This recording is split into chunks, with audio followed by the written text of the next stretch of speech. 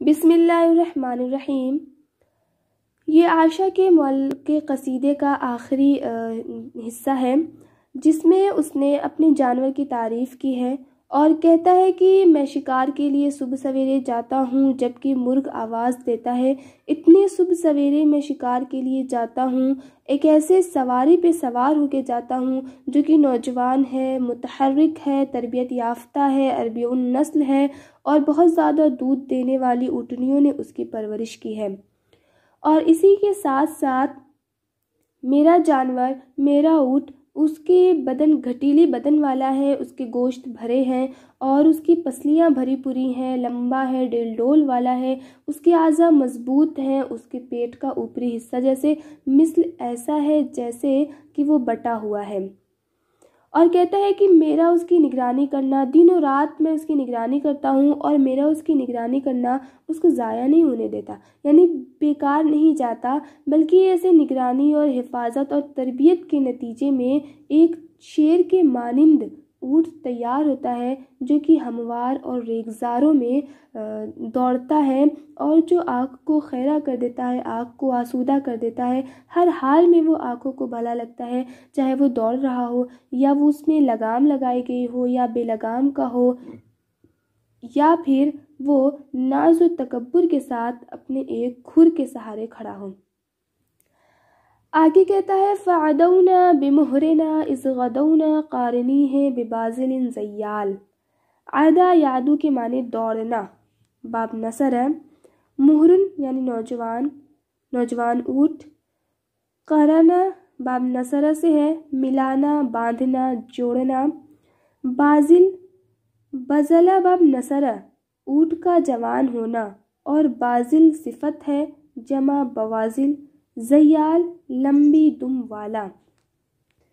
کہتا ہے فعدونا بمہرنا، عدا بہی کے معنی ہوتا ہے لے کر دوڑنا، بس وہ ہمیں لے کر دوڑا، وہ نوجوان گھوڑا ہمیں لے کر دوڑا، یعنی ہم اس نوجوان گھوڑے پہ سوار ہو کر دوڑے۔ اذ غدونا جب ہم صبح کے وقت چلے، جب ہم صبح کے وقت شکار کے لیے نکلے تو وہ نوجوان گھوڑا ہمیں لے کے دوڑا۔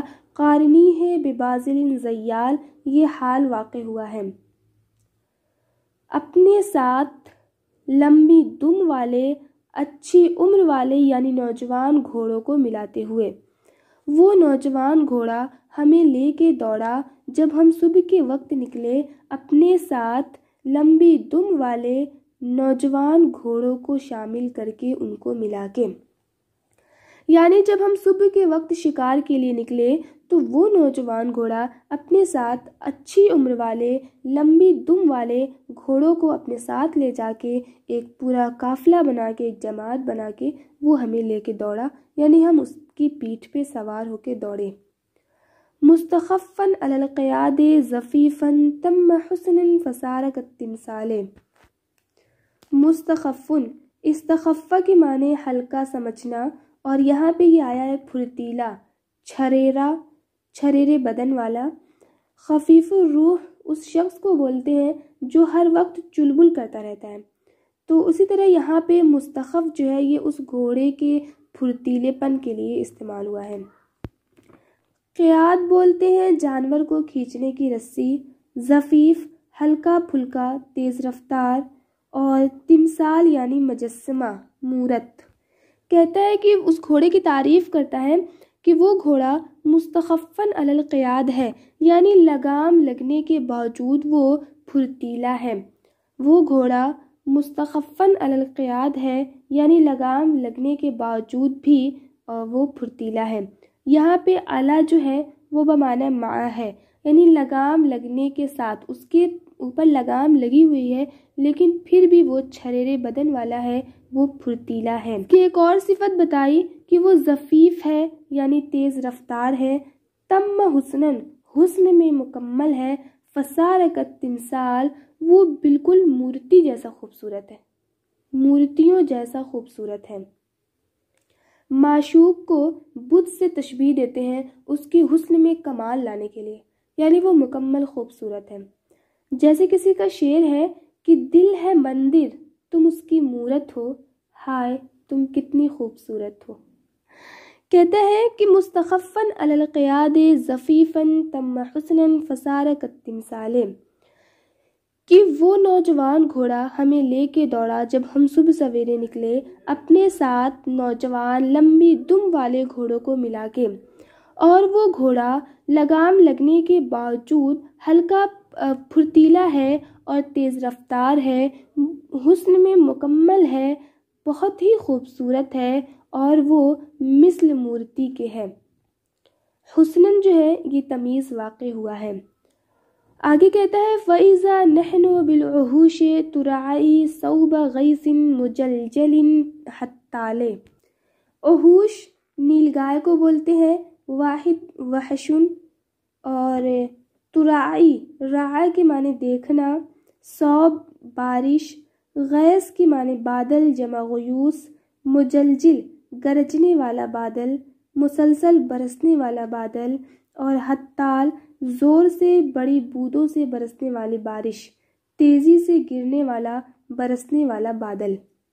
کہتا ہے فَإِذَا نَحْنُ بِالْعُحُوشِ، کہ وہ گھوڑا اتنا تیز رفتار ہے کہ ہم اچانک نیل گایوں کے ریوڑ میں جا پہنچے۔ ہم اس پہ سوار ہوئے اور وہ ہمیں تیز رفتاری کے ساتھ ایسا لے گیا کہ ہمیں ایسا لگا کہ ہم اچانک کسی نیل گائے کے ریوڑ میں پہنچ گئے ہیں۔ ترائی صوب غیث مجلجل حتال، ایسی نیل گایوں کے ریوڑ میں ہم جا پہنچے جو گرجنے والے مسلسل برسنے والے بادل کی بارش کو دیکھ رہی ہیں۔ مفہوم اس کا یہ ہے کہ گھوڑے کی آواز کو سن کر وہ نیل گائیں سوچنے لگی کہ یہ بارش کی آواز کہاں سے آ رہی ہے۔ گھوڑا دوڑتا ہے تو اس کے ٹاپوں کی جو آواز ہوتی ہے ٹپ ٹپ، تو اس کو جیسے موسلا دھار بارش سے تشبیہ دی ہے، یعنی وہ اتنی پھرتی سے آئے کہ نیل گایوں کے ریوڑ نے سمجھ ہی نہیں پائے کہ یہ کہاں سے آ گئے، انہیں ایسا لگا کہ کہیں بارش ہو رہی ہے۔ کہ گھوڑوں کی آواز کو سن کے وہ نیل گائیں یہ سوچنے لگی کہ یہ بارش کی آواز کہاں سے آ رہی ہے، اور وہ غافل رہیں اور ہم نے سب کو شکار کر لیا۔ کہ میرا گھوڑا بہت ہی عمدہ ہے، میں صبح سویرے جب ہم اس پہ سوار ہوئے تو وہ گھوڑا ہمیں لے کے دوڑا، اور وہ لگام لگنے کے باوجود بھی ہلکا پھلکا ہے، تیز رفتار ہے، اور حسن میں مکمل ہے مثل مورتی کے، اور یکاک وہ اتنا تیز رفتار ہے کہ اچانک ہمیں نیل گایوں کے ریوڑ میں لے جا پہنچا، اور وہ نیل گائیں ہکا بکا رہ گئیں۔ وہ سوچنے لگیں کہ یہ برسنے والے گرجنے والے مسلسل برسنے والے بادل کی بارش کو وہ دیکھنے لگیں۔ فَحَمَلْنَا غُلَامَنَا ثُمَّ قُلْنَا حَاجِرِ الصَّوْتِ غَيْرَ أَمْرِ احتیال۔ حملہ کے معنی سوار کرنا، اور احتیال تدبیر، حجرہ کے معنی ہجر کر لینا یعنی آواز روکنا۔ فَحَمَلْنَا غُلَامَنَا، تو ہم نے اپنے نوجوان کو سوار کیا۔ یہاں پہ غلام سے مراد عائشہ ہے۔ عائشہ خود کو مراد لے رہے ہیں اور اپنی تعریف کر رہے ہیں کہ بس ہم نے اپنے غلام کو یعنی عائشہ کو سوار کیا یا ان کو ابھارا، ثم قلنا، پھر ہم نے ان سے کہا حاجری صوت، آواز سے ہجر کر لو، آواز سے ہجر کر لو، یعنی آواز مت نکالو، خاموش رہو، غیر امر احتیال، سوائے تدبیر کے معاملے کے، یعنی بس تدبیر کرو، آواز مت نکالو۔ انہیں یہ پتہ نہیں ہے کہ گھوڑوں کا ایک دستہ ان کے پیچھے آ گیا ہے، اب تم آواز مت نکالو، آواز مت کرو اور ان پہ حملہ کر دو۔ فجرا بالغلام شبہ حریق فی یبیس تزروح ریح الشمال، جرا بہی دوڑانا باب ضرب، یبیس یبس باب سمع خشک ہونا، اور یبیس سوکھا پتا، ذرا باب نصر اڑانا بکھیرنا۔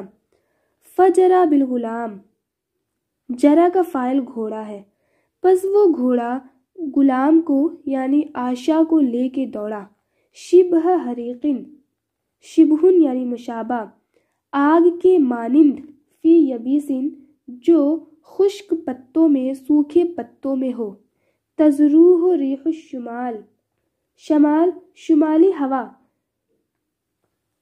تزروح ریح الشمال، جسے شمالی ہوا بھڑکا رہی ہو۔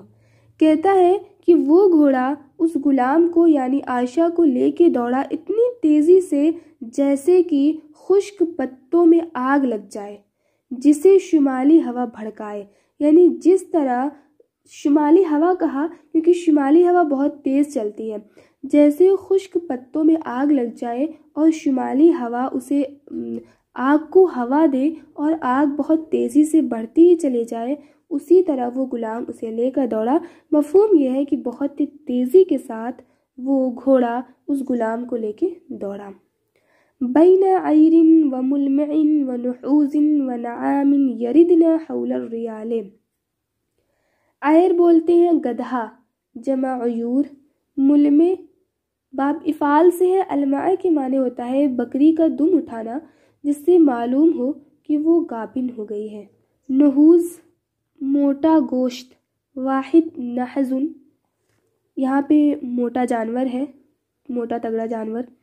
نعام شتر مرغ، مادہ شتر مرغ، واحد نعامت۔ ریال شتر مرغ کا بچہ، واحد رالن۔ وردہ یریدو یعنی اترنا۔ کہتا ہے کہ وہ گھوڑا اس نوجوان کو تیزی کے ساتھ لے کے گیا کچھ جتھوں کے درمیان، کچھ جماعت کے درمیان، یعنی نیلگایوں کے ریوڑ کے درمیان، جس میں گدھے تھے اور حاملہ نیلگائیں تھیں اور موٹی تگڑی نیلگائیں تھیں، گھٹیلے بدن والے جانور تھے اور مادہ شتر مرغ تھی، یریدنا حول الریال جو اپنے بچے کے پاس آ جا رہی تھی۔ یعنی مفہوم ہے ایسی مادہ شتر مرغ جس کا کوئی بچہ ہو اور جو اپنے بچے کی مشتاق ہو، اپنے بچے کے پاس آ جا رہی تھی، ایسے ریوڑ، ایسے جماعت کے پاس وہ گھوڑا اس نوجوان کو تیزی کے ساتھ لے گیا۔ کہتا ہے کہ وہ گھوڑا اس نوجوان کو ایسا لے گیا جیسے کہ خشک پتوں میں آگ لگ جائے اور جسے شمالی ہوائیں بھڑکائیں، اور وہ انہیں لے کے کہاں گیا؟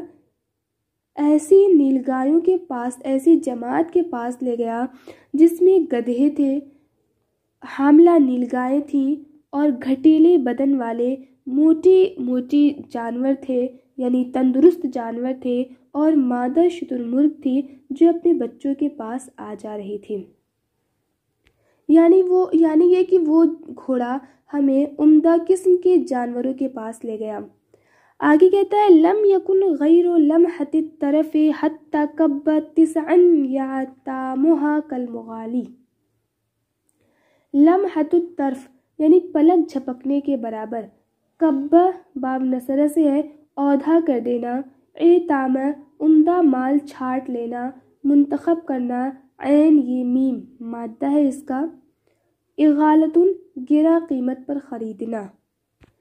کہتا ہے لم یکن غیر لمحۃ الطرف، پلک جھپکتے ہی یا نگاہ بھی نہیں جھپکی، حتی کب تسعن یہاں تک کہ اس نے 9 نیلگایوں کو اوندھا منہ گرا دیا، 9 نیلگایوں کو مار گرایا، یعتامھا کالمغالی وہ اسے چن رہا تھا، یعنی وہ عمدہ قسم کی نیلگایوں کو چن کے ایسے مار رہا تھا جیسے کہ مغالی کے یہاں پہ 2 مفہوم ہیں، ایک ہے فخر کرنے والا، جیسے فخر کرنے والا جب فخر کرتا ہے تو دکھانے کے لیے اپنے اچھے کام کو چن کے بیان کرتا ہے یا اپنے آپ کو جتانے کے لیے اچھے کام کو چن کے دکھاتا ہے، تو اسی طرح وہ عمدہ قسم کی نیلگایوں کو چن کے مار رہا تھا۔ اس کا ایک دوسرا مفہوم ہے جیسے شراب کو مہنگا خریدنے والا، عمدہ شراب خریدنے والا، جیسے عمدہ شراب خریدنے والا شخص چن کے شراب خریدتا ہے، اس طرح چن کے وہ ان نیلگایوں کو مار رہا تھا اور وہ ان کے ریوڑ کے درمیان پلک جھپکتے ہی پہنچ گیا اور 9 نیلگایوں کو مار کر گرا دیا۔ وَظَلِیمَینِ ثُمَّ أَیْحَیْتُ بِالْمُہْرِ أُنَادِی فِدَاکَ عَمِّی وَخَالِی۔ ظلیم نر شتر مرغ، جمع ظلمان، ایہا پکارنا، وَظَلِیمَینِ ذلیمینہ کا عطف کبہ پہ ہے کہ میں نے 9 شتر مرغ کو 9 مادہ شتر مرغ کو مارا، وہ ذلیمین، اور 2 نر شتر مرغ کو مارا، کہ 2 نر شتر مرغ کو مار گرایا۔ ثم ایھیت بالمور، پھر اس نوجوان گھوڑے کو میں نے پکارا یہ کہتے ہوئے، یا میں نے اسے یہ مخاطب کیا، میں نے اسے یہ پکار کے یہ کہا، فدا کا امی و خالی، کہ میرے چچا اور میرے ماموں تجھ پہ قربان، یعنی میرا ننیحال و ددیحال، غرض یہ کہ میرا ہر رشتہ تجھ پہ قربان، تو اتنا عمدہ قسم کا گھوڑا ہے۔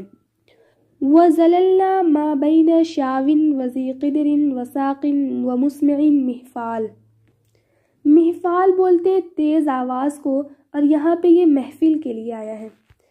کہتا ہے کہ وہ زللنا ما بین شاون، ما بین یہ استعمال ہوتا ہے تقسیم کے لیے، یعنی ہم چند گروپوں میں تقسیم ہو گئے۔